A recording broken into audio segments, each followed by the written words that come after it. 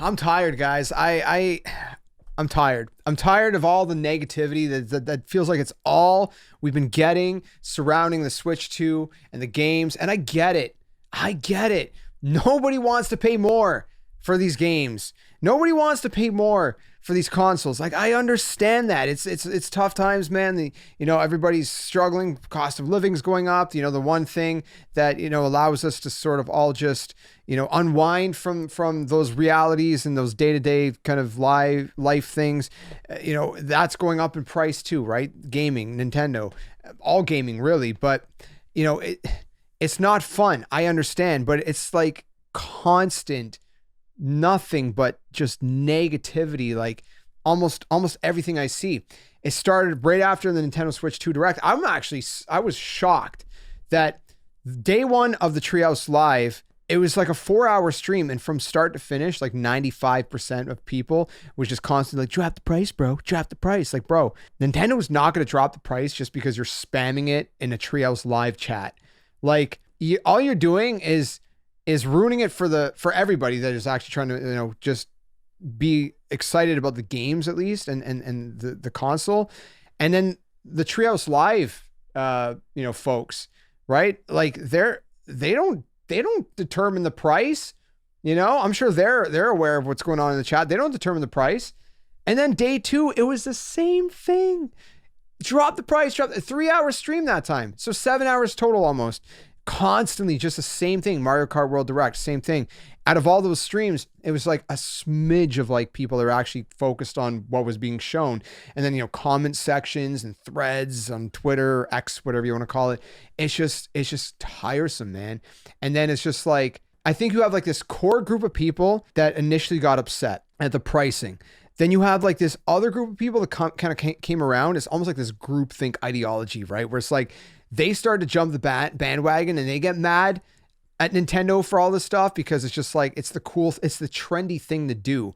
And they're just jumping on, and they like the surrounding group that join in, they don't probably even know what they're mad about. They're just like, hey, this seems like a good time for whatever reason. Let's jump in on this. And it just becomes this whole thing where it's like, oh, well, my puppy died when I was 5 years old.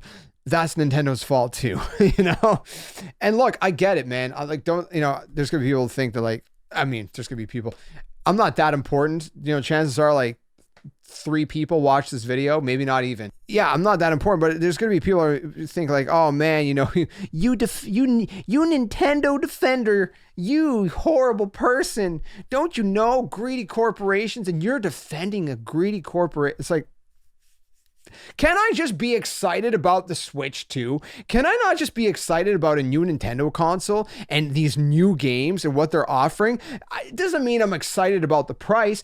Doesn't mean I'm happy about the price. Doesn't even mean I agree with every choice Nintendo is making or I think that they're the best ones. For example, Nintendo Switch 2 Welcome Tour. Man, wow, that is one that I'm still left scratching my head. And it's all, I think I blame it on the fact of Mario Kart World causing so much commotion. And then the fact that Nintendo admittedly has just not had really good communication across the board. And that's not helped them at all in the whole situation.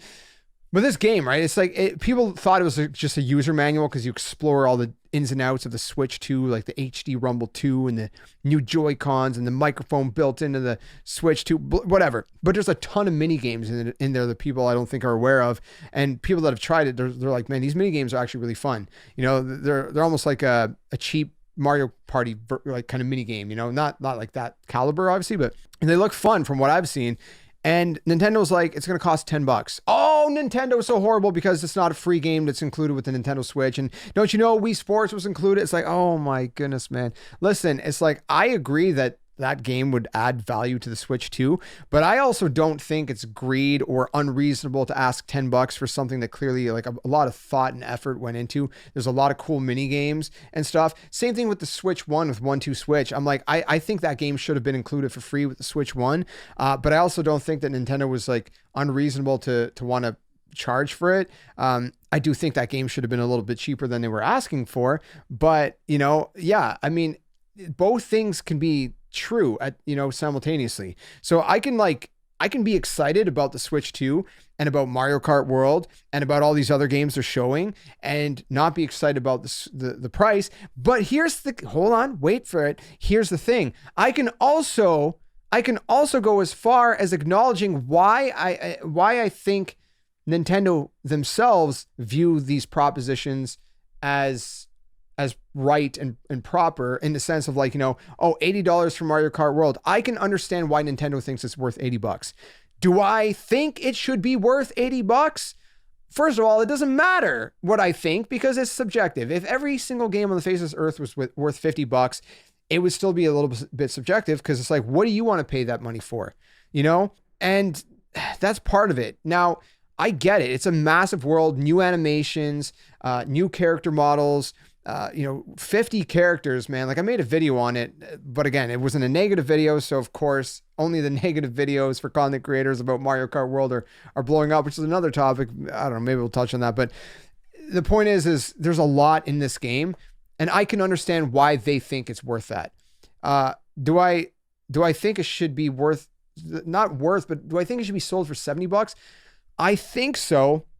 And I think so because I think Nintendo was wrong for the fact that they are the first ones to charge $80.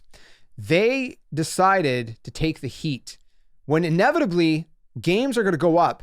But now everybody's going to look at like Nintendo as if they were the trendsetter, but they're not, because the whole industry has been talking about the price of games going up. People have been talking about GTA 6, that it's going to cost $100.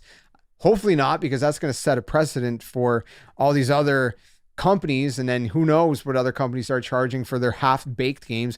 Rockstar, they put work into their games. Arguably, I would say Nintendo does also put a lot of work into their games, in the sense that, like, you ever see a Nintendo game that has to get patched like day one? I mean, sometimes like small stuff, but like, reasonably speak, like, think about it. Like Assassin's Creed comes out, you're getting like 5 patches in the first week, or new Call of Duty comes out, you're getting probably 5 patches in day one. You know what I mean? Like, so many of these games come out and they're just half-baked games. There's only a handful, a pinch of companies that actually make sure their games are put out, finished and up to standard. And think about this. I think people are not thinking about this. Nintendo delayed Breath of the Wild for an eternity. I mean, we kept waiting and waiting and waiting, and finally it came out. But they wanted to make sure it was just the way they wanted it. They weren't going to rush it out just to hit some quota or some numbers or a deadline or whatever. They made sure. Metroid Prime 4, really good example. 2 years into that development, Nintendo was like, we don't like where this is going. We don't like the direction of this game. We are scrapping the entirety of this game that we've been developing for like 2 years, and we are redoing the entire game. And now 8 years after the initial announcement of Metroid Prime 4, we're finally getting the game. And even then, at the time of recording this, we don't know the exact date. We know it's coming out sometime in 2025 for both Switch 1 and Switch 2, but we don't know the exact date. That's crazy. Because why? Because Nintendo wanted to make sure the game was ready. Any other company, we've seen it, I mentioned 2 of the games that do this, they would just push it out. No way, we can't sacrifice those extra resources, And this is going a little bit back in time, but Iwata-san, he was the main guy, right? The president of Japan, Nintendo Japan, not Japan the country, Nintendo of Japan, like the president of the whole of Nintendo. And he took a price cut, a pay cut, because he didn't want to have to lay off employees and stuff. So he's like, I'm going to reduce my own pay, right? Now, I don't know how the thinking is for all of the other folks over at Nintendo, but I know that a lot of the guys that worked for years, decades with, Iwata-san are still there, right? Miyamoto-san, Aonuma-san, there's a bunch of other guys that have been there too, 40 plus years. A lot of them have been there, maybe longer. And assumingly they all share that similar kind of ideology. And that's how Japanese culture is too. When it comes to like groups and workspaces, they have more of a group ideology. Like how can I contribute to just like a better state of the group, right? Whether it's for the country or your workspace or whatever. Whereas, you know, in America, it's like, well, how can I step on that person to get to the top? They don't have that kind of ideology. So assumingly very, you know, they probably share similar ideologies. Now, all that to say is to make a point that, like, you know, I think a lot of this is being blown out of proportion and it's just eclipsing, you know, the hype. And there's two sides to this for me. There's a side that's just like a fan of gaming and of Nintendo and whatever, where it's just like part of the excitement of a new console, new games coming out is just, you know, other people, you see other people getting excited too, right? Your friends are hyped and you see other people that you don't even know are getting hyped. You know, it's like when you go to a midnight launch for something and you're like, you see all these people that are there for the same thing, same console, same game or whatever. You know, back before scalping was a thing, because now you'd go there and you'd probably be like, I don't know how many of these people are scalpers. I don't trust them. But, you know, back in the day, it was like, oh man, you know, you don't even know these people. Yeah, man. Yeah. Excited for the new, whatever, blah, blah, blah. The Wii, the new, you know, Call of Duty, whatever it was, man, you know, Halo, whatever. And it was fun. That's part of the fun of these new launches, but that's getting eclipsed because there's just everybody snowballing. And again, there's sort of that thing where it's like people start to jump on to this thing. Well, oh yeah, these people are mad. I should be mad too. And becomes a thing where it's like, I think like a chunk, not all. I think there's, like I said, there's a core that know why they're mad. And then there's other people that have no clue why they're mad. They're just mad at life, really, honestly, I think. But, and so it's just, that's part of it. That's just like, you know, unfortunate. And then it's like, if you say something nice, like I'm just excited about the Switch 2, man. I'm just excited about Mario Kart. And it's like, you know, all of a sudden, like the mob comes at you and they're like, how dare you defend a multi-billion-dollar corporation? Don't you know they're the enemy? Bro, I just want to play the Switch 2, man. Like, come on, relax, dude. And it just becomes this whole thing that it's just like, you know, if you say something nice, it's like all of a sudden, you know, you think that you should be paying $125 for Mario Kart. It's like, bro, that's literally not what I said. I think it's common sense. Nobody wants to pay more money for something. I'm just excited about the game and I'm just accepting it, you know, because at the end of the day, it's like, again, you're going into all these chats, shop the price. Like that's not going to do anything. It really isn't going to do anything. Nintendo believes that the value is there. If we as consumers don't believe it, that's the value, then people either choose to buy something or they don't. Now, again, it's not something anybody's excited about or anybody wants to do. Nobody does. And again, it's like, who cares what I think or anybody else thinks, first of all. But, you know, at the end of the day, like I said before, do I think that, you know, Mario Kart World would have been better if it was $10 cheaper? Absolutely, it would have been better if it was $10 cheaper. But do I understand why Nintendo thinks it's justified? I think I understand why they think it's justified. Like I said, you know, it doesn't matter if I'm justifying it or if little, you know, Billy down the street's justifying it or whoever else, you know what I mean? At the end of the day, it just is what it is. And some of us we just want to enjoy what's being shown. And we're just like, look, I can't change anything about it. And, you know, I think we live, especially in like an American society, like North American in the West, we have a society that, you know, people are used to kind of like throwing these massive like protests over everything and trying to get things the way they want it to be. And that, you know, oftentimes people end up bending the knee to their outrage, but it's not always how it works in the real world. You know what I mean? And at the end of the day, it's like, I don't think Nintendo is going to budge on the pricing. It would be nice if they, you know, adjusted it, but they see the value proposition as being there. And I can understand why it's a huge game. Is it revolutionary? To some people, they're going to say no. And again, this is going to be a thing where you're going to have people like kind of conflicting over it. You know, I'm not here to say it's the $80 price tag is worth it or not worth it. You got to decide that. I'm not a fan of more money. Like I said, at the end of the day, I would rather it be $10 cheaper. And again, I'm Canadian. I don't even know what it's going to cost in Canadian currency. And quite frankly, I don't know that I want to know quite yet. It is also worth noting there's the Nintendo Switch 2 bundle. It is a limited time bundle. They said it's only going to be, I guess, until the fall. I don't know why that is, but, it comes with the Mario Kart World. Depending on your region, it could be a physical version. Most places it's just digital. But in the US, that's $30 you're saving on Mario Kart World. It's like paying $50 for the game if you get it in the bundle. I don't know what that's going to be in Canada because, like I said, we have the prices of the Switch 2 console, but not the prices of the games at the time of recording this. But I would assume it's going to be some kind of savings as well. I don't know what it is in other regions. I haven't paid attention. But yeah. So there is a way to get the game much cheaper in that sense if you just get the bundle. And yeah, the bundle is limited time, but still, that is a way to get it a little bit cheaper.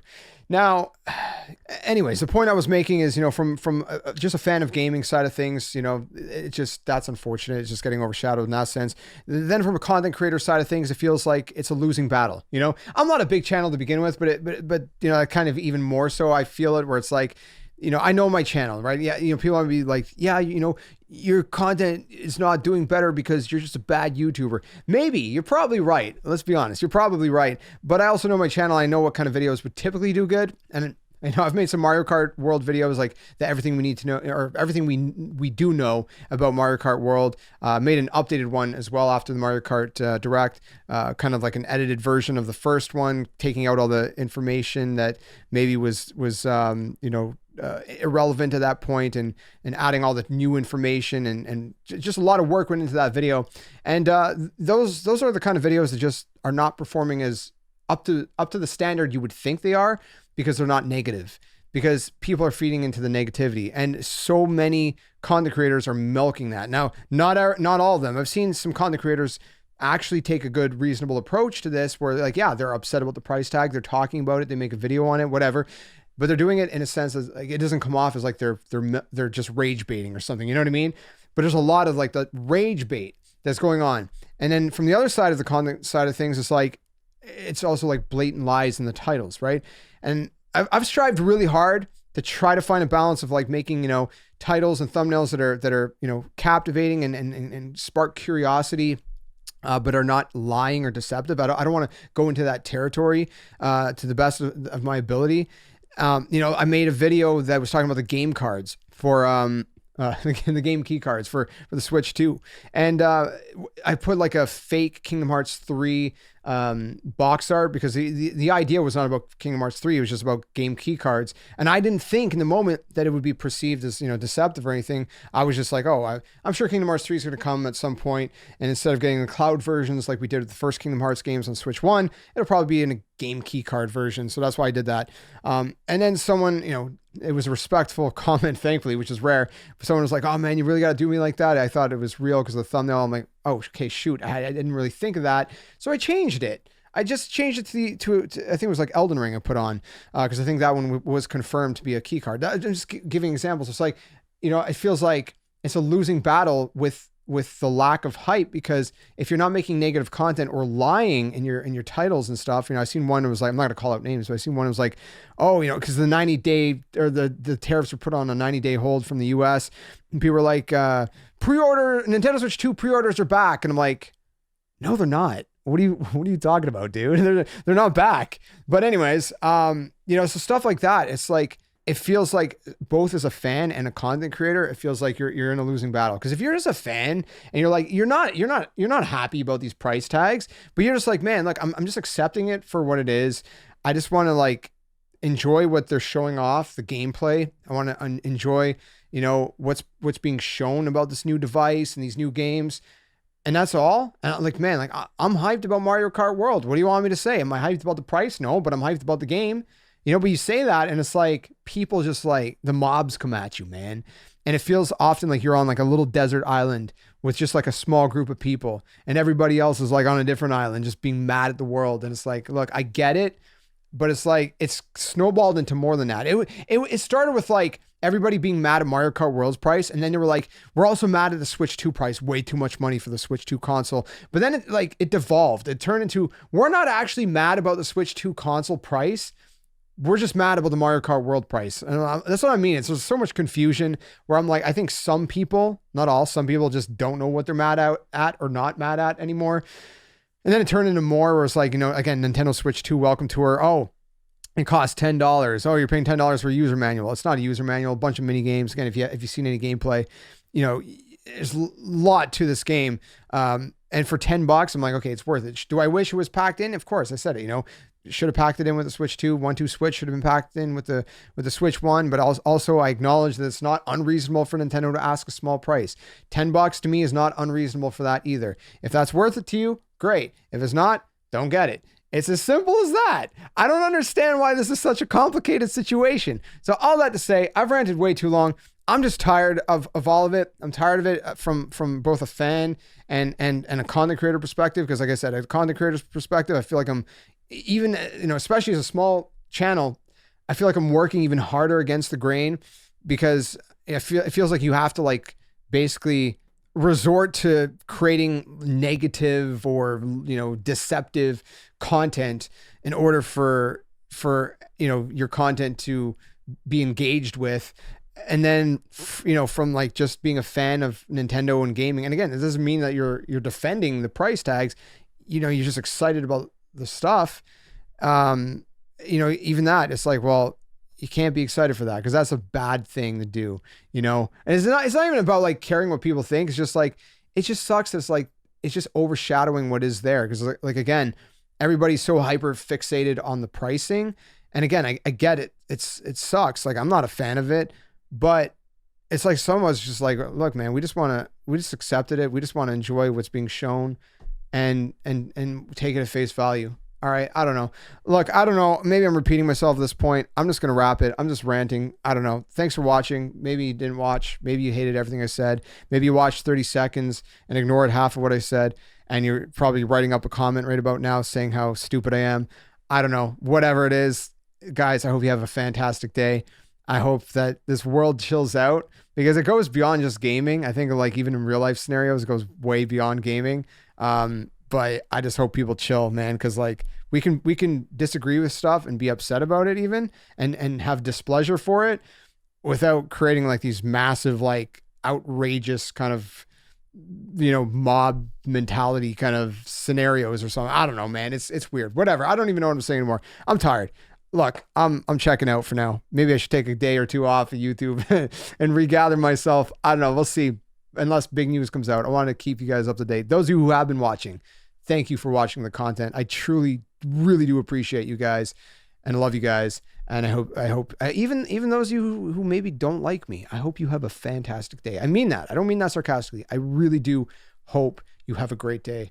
And yeah, I hope to see you guys soon. Another one. Stay safe. Be well. Until the next one. Game on. See you guys later.